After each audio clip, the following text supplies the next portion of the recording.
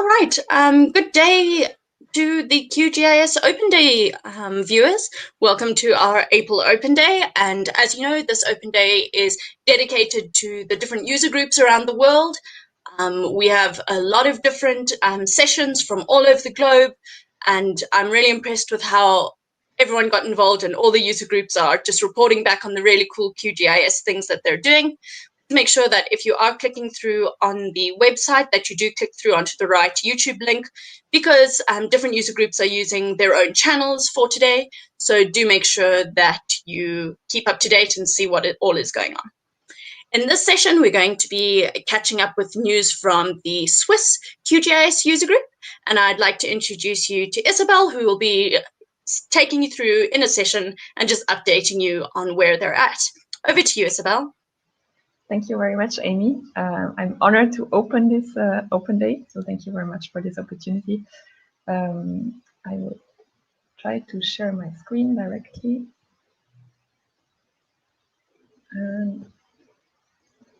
Okay, can you see it correctly now? Yes, I can see. Fantastic. Okay. That's perfect. Perfect. So, yeah, as Amy said, I will do a brief introduction about the QGIS User Group Switzerland. So we are the association or society of QGIS users in Switzerland. We have currently a bit more than 100 members, so 117 members, including public entities, private companies, organizations, but also like individual private persons.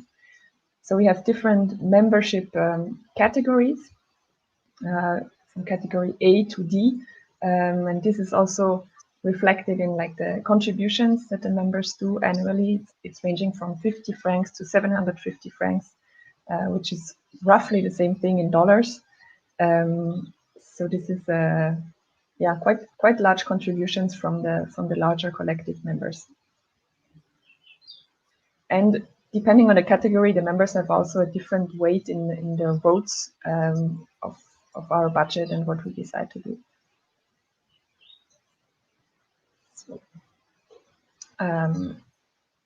we are apparently, I only learned that recently as well, we are apparently the oldest QGIS user group in the world. So we have been founded in 2012 in Solothurn, but there were already informal meetings starting in 2010. So not that long after QGIS appearing in Switzerland, there were already users gathering for that. So half of the provinces or half of the cantons, 2 federal offices, 3 large cities, and many smaller and medium members are part of our association. Our goals are basically to coordinate QGIS development that is to interest for Swiss QGIS users. We are also doing some kind of marketing publicity for QGIS within Switzerland. We organize the annual user meetings in our country. We initialize QGIS-based application modules that are also sometimes specific to Switzerland, as for the underground cadastre or wastewater or drinking water installations. We also inform on current developments and initiatives. We support research and studies around QGIS and also OSGeo projects. And we are also doing a contribution to the sponsoring of international QGIS projects and the whole international community. So a bit about our structure. So we have like 4 formal entities. The first one is the General Assembly, so the assembly of all members, which is at least once a year, and where we have a formal part deciding about our budget, about our accounting from the years before, and about the goals that we will follow during this year.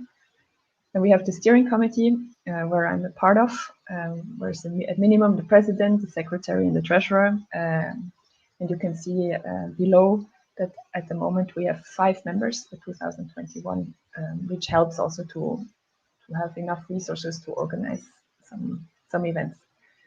Then we have the controllers of the accounting, so 2 people are controlling that our accounts accounting has been done correctly every year. And then we have several subgroups. So if you see that in a larger frame with QGIS.org, so we are a sustaining member of QGIS.org, our user group. And then we have three subgroups, QGAP, Qwat, and QGIS Model Baker, which I will explain a bit in more detail later. The subgroup is something that organizes itself, so the committee is not interfering with these subgroups, but they report to us. We coordinate also important decisions with the subgroups. They finance their projects themselves. They have their own separate accounting, and they're open to all members of the user group. So QGAP is a wastewater management module for QGIS, which is based on Swiss norms and standards in architecture and engineering. So SIA is a society which develops and writes a lot of these standards, and VSA as well. So it's very Swiss specific, and it's developed closely with the QGIS application, and therefore also using PostgreSQL as a main database for storage. Qwat is a GIS application for the drinking water networks, which also relies on QGIS and PostgreSQL, and again takes into account all the Swiss specific norms and the regulations. The QGIS Model Baker is a plugin to generate QGIS projects from an existing interlist model. So interlist is a language that has been a language or a standard that has been developed from the Federal Office of Topography, Swiss Topo, and which has the goal to unify a bit, or standardize the structure and the way how we exchange geodata. So the Model Baker allows to load database schemas with a lot of meta information to QGIS, and also enables schema generation for direct importing in the database in the PostgreSQL. We as a user group are supporting QGIS.org since many years, so a part of our budget is going to the international organization, and you can see that over the years has been quite a substantial amount of over 60,000 euros since 2015. The bigger part of our budget is going into individual sponsoring projects. So each year we can have suggestions from outside or from our members about specific developments in QGIS, and then our members can vote about these projects. So every member has 3 votes, and this helps us to prioritize the suggested projects, and then to choose the ones with the most votes to be developed during that year. So again, over the years, it has been quite a lot of money. So it was over 150,000 euros invested in these sponsoring projects. Some of them are very Swiss related. So here are some examples of the topics. So we have this interlist related projects, which is very Swiss specific thing. But then we have also like a general bug fixing and usability improvements. We have something about database relations, about widgets and other things that are useful to the whole community of QGIS users. So if we look back a little bit on the latest activities and events, so in 2020, in January, we had our General Assembly, and then we had 2 user meetings in June and September. Unfortunately, because of the very particular conditions last year, we had to do them online. But this enabled us also to invite people from all over the world to follow this online meeting. So we had also people from Vietnam or from Poland or from somewhere else in the world that could participate and learn about topics that we had organized. So the first meeting in June was about QGIS desktop and related topics around this. And the second one was more on this different compartment of QGIS server, web clients, and mobile solutions. In 2020, we had 5 sponsoring projects about usability improvements. So a general topic, label outside polygons, again, a general topic. Something about the annotations. We enabled that we could put an experimental status per plugin, not only in general ways that people can now choose if they want to have an experimental status on a specific plugin. And there was also a contribution on the development of Fifi for iOS mobile solutions. This year, we start something quite new. So we want to propose to our members to have some monthly mini online workshops where we treat specific problems or workflows in a way where participants can directly interact and follow what is shown using the handed out Geodata. And we plan again an annual user meeting in autumn, if possible, in presence and otherwise again online. For 2021, there were already 5 sponsoring projects that have been voted about improving some labeling functions. Specific for Switzerland, again, work on the interlist validation. Again, something on annotation, then on node editing and on line displays, on the line displays in Trendor, which is only a research project for the moment, but may get to something more concrete in the future. So to conclude, I want just to show some very Swiss specialities. So why are we facing sometimes difficulties and sometimes we have also advantages for operating in this country. So one difficulty is that we have 4 official languages. So we as an association, we communicate in 2 languages, the 2 main ones, French and German. Sometimes also in English, because even inside our country, people are not used to speak these 4 languages. So French-speaking people are not necessarily speaking German and vice versa. So we sometimes try in English, and it's maybe more convenient for everyone. An advantage is that our country is quite small. So we are lucky to have meetings where all our members can join physically without too much effort with traveling. So we try to choose some central location where everyone can join. At least this was before COVID, and hopefully it will be possible again in the future. Another disadvantage is that we have a strong federalism. So despite this very small country, we have 26 cantons, it's like provinces, and they have all their different approach to standards. So they have all like their individualities, and they like to keep that. So sometimes it's hard to find also the interfaces between all these different systems and standards. And the last thing is again a huge advantage. We have a very strong and active community of users and also developers in our country. So it's really a pleasure to be part of this and to see how we can advance a lot of things.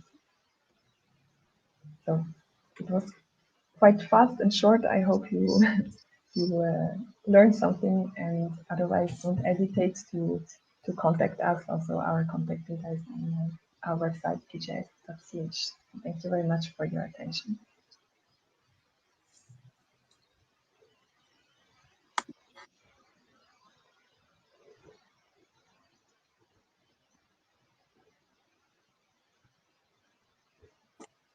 I'm muted.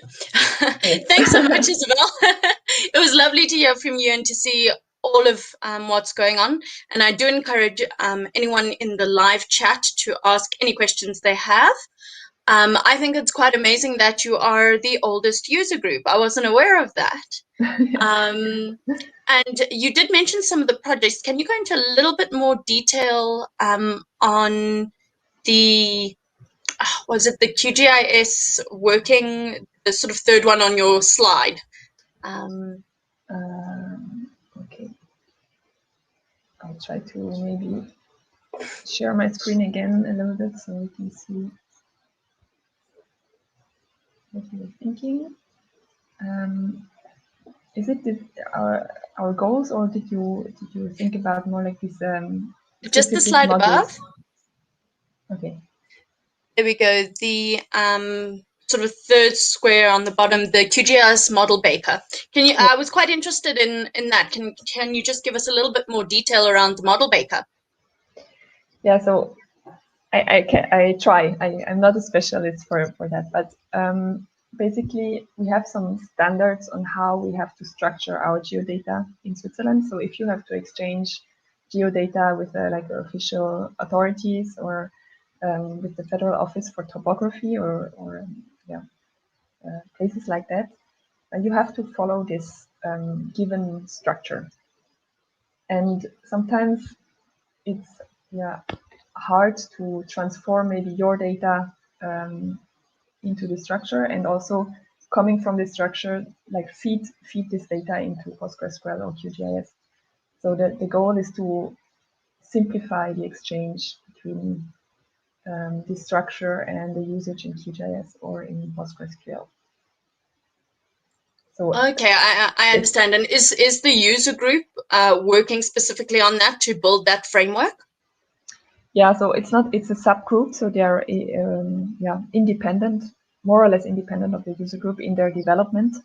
But yes, they are specifically working on a plugin where then you have to like follow different steps to go from this from one structure to the other and have this exchange, like to import also your data and like have QGIS projects that are generated from this existing data model in a very few clicks. So you don't have to every time do it again and do every step manually. You follow this procedure, and then you have this kind of translation from one system to the other. All right. So basically, you're automating the process. Yes. Yes, I think that's summarizing it. But if you have more specific questions on that, you should also reach out to those who are developing this, specifically also OpenGIS.ch. So there are Swiss developers and working on that.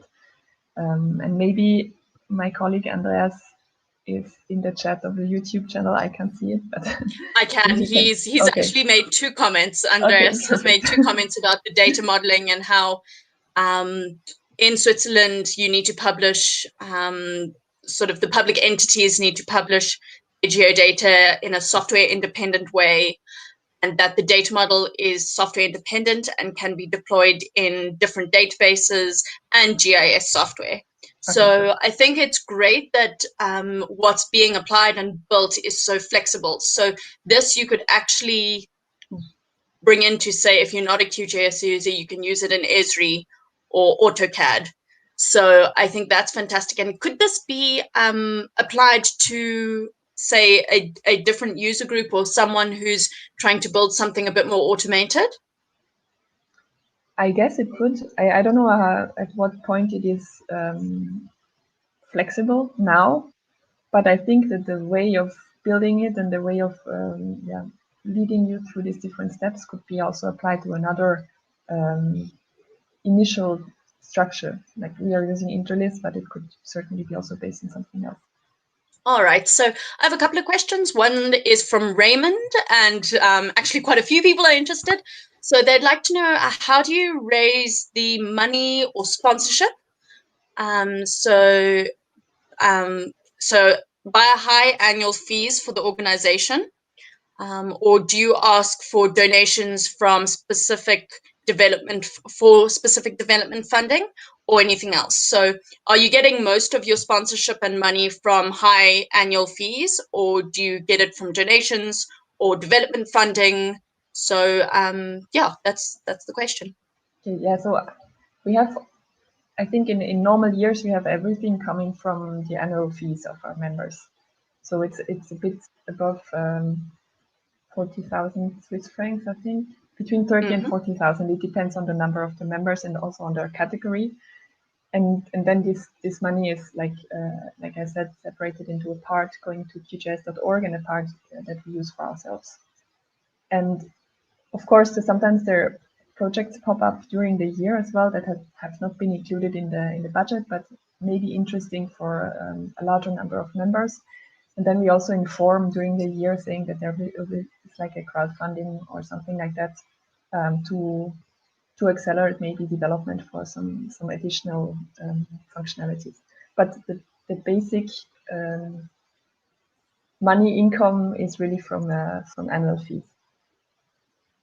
All right. And I do see that in the comments that there are different membership categories. So, for example, provinces and larger cities and large companies pay more than the smaller ones. So yes. You have almost like a tiered funding or a tiered pricing structure depending on who you're dealing with or the size of the project. Yes, exactly. So we have like the largest collective members. So it's like really large cities or larger companies with more than 10 employees, for example. They pay 750 francs a year, which is still, compared to a license from other programs, it's still not a lot, but it's helping us to improve development. And someone who is an individual member is paying 100 francs. So it's really depending on these categories. We really try to have like a fair price. But also then larger collective members, they have a higher weight in the vote. So they have, for one member, they have 3 votes. An individual member has only 1 vote. But all right. Yeah. I think it's great that it's also still accessible to everyone, that, you know, your independent user isn't paying an astronomical fee. I think that's really fair.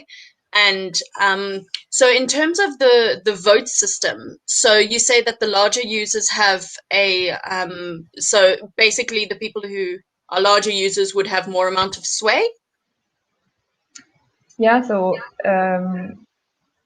basically we have this like 2 kinds of votation. So the first one is when we have this formal assembly and we have to validate the budget and we have to validate the people in the committee and all these formal statutes.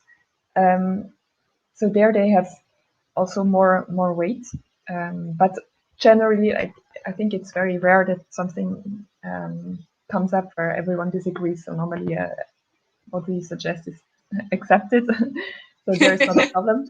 It's more for the sponsoring projects. There, I think they have a larger impact. So if we have 3 big members that vote for one project, so they have together 9 votes versus 5 individual members voting for another project, it will be the first one that will be chosen, because it's based on this weight they have more votes accumulated. So I think it's especially for the sponsoring projects where this given weight has a real impact. I think that's great to show how you've set it out, because I think there's a misconception, especially in the open source world, that there's no funding, there's no money, everything you're going to have to do is on your own time. And I think that's a real misconception, that you can set up this kind of system where you can create a really valuable product and use our open source resources in order to, you know, gain that funding, to raise the funding and really support the projects that you're involved in. And I think that's really fantastic. Mm-hmm. Yeah, I think it's really great to see as well that if you are, we have like 117 members and we have quite a large impact already with the money that we collect from these members. So it's not a huge number. It's certainly not all users of QGIS in Switzerland that are members of our association, but still we have an impact and we can make things move with quite small contributions from all these members. So that's really nice to see. And I do see that Andreas in the comments says that you can use it without contributing financially, and that you all trust in the fairness of the organization and the public entities and the companies. And I think, you know, I think the great thing about the open source world is it is all about that fairness, and, you know, everyone can contribute. It's not going to be licensed or restricted. So that is fantastic. Thank you for letting us in on that info and how you structure different things and what the Swiss User Group is up to. This has been fantastic. Thank you. Yeah, thanks to you. All right. I want to just ask if there are any last minute questions. I know Andreas is in the live chat, so he will field any questions that we miss or don't see. But if there are any last questions, just shout now. If not, we will then sign off. And please make sure that you are here for the next session, which is in about half an hour. And then there will be the other sessions, as I mentioned, are from the different user groups. So please make sure that you click on the correct link, that not all of the videos are going to be streamed on this channel. They will be streamed on the user group channels. So please check out all the different videos from our really wide range of user groups around the world. All right. There are no further questions. So all that's left is to thank you so much, Isabel, for giving us that fantastic presentation and showing us what the Swiss User Group is up to. Thanks to you, Amy. It was a pleasure. All right.